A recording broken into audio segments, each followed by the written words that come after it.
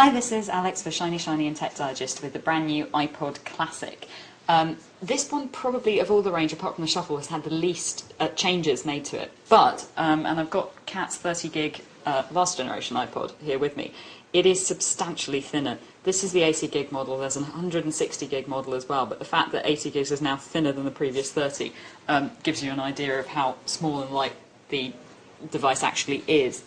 Now, what has actually changed on it? Well, for a start, the interface. You'll notice that it has more of a sort of iPod Touch looking interface, although of course it'll keep the controls from the old iPod range. So there's the usual click wheel. You do have the option to go into cover flow. Probably not the greatest thing in the world to do with my collection since I don't have a lot of album art on here.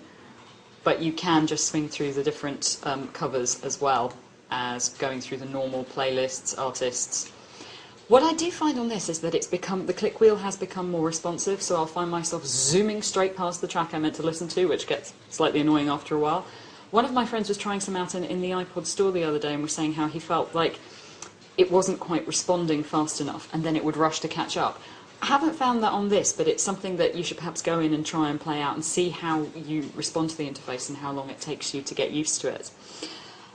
If you're watching this, you probably want an iPod, so there's probably not a lot of point in going into, the downsides of using an iPod versus any other kind of MP3 player, so perhaps a bit more limited video support and things like that.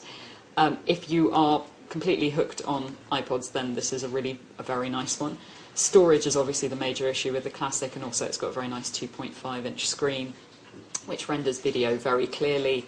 And I mean, obviously there are limitations to watching video on a screen of this size, but it's probably one of the most comfortable ones on which to do so. The battery life claims are definitely true. It's much, much better than it was.